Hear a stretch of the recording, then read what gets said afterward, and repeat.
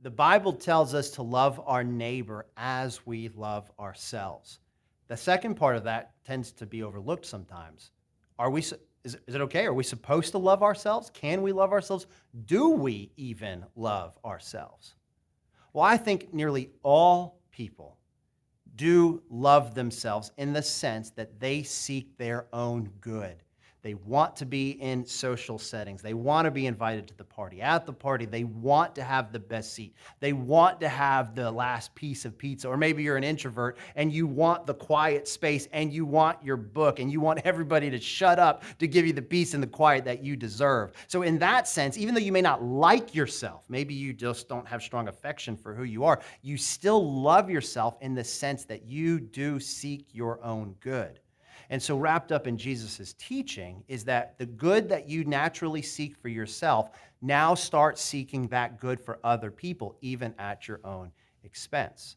And I think most people do love themselves in this way, and so the teaching of Jesus is very relevant in that regard.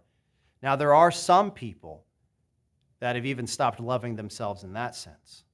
They don't love themselves, they don't have strong feelings of affection for themselves, they don't like themselves, and they've even thus, therefore, stopped caring for themselves, stopped seeking their own good. And for those of you that have maybe experienced this kind of brokenness in your life, we are sorry. This is not the way things are supposed to be. But no, you are not alone in this. Do not be afraid or ashamed of reaching out and letting somebody that you know and love, let them know what you are struggling with so they can come alongside you in this time of hardship and love you and treat you as you ought to be treated. There is another side to this love that does, though, involve liking ourselves. These Greek words that are used in the New Testament, agape and agapeo, which are translated in our Bibles as love, it does have as a part of its meaning this sacrificial seeking of good, but it also does involve having affection. And it is good that God does not just love us in a cold way. He loves us with strong affection. And this is how you are to feel about yourself.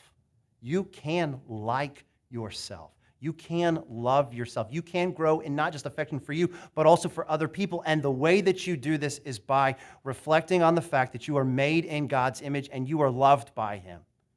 You are uniquely made by Him. And don't focus on what you don't have. Focus on what the Lord has gifted you with and how that gifting can be used for the good of other people.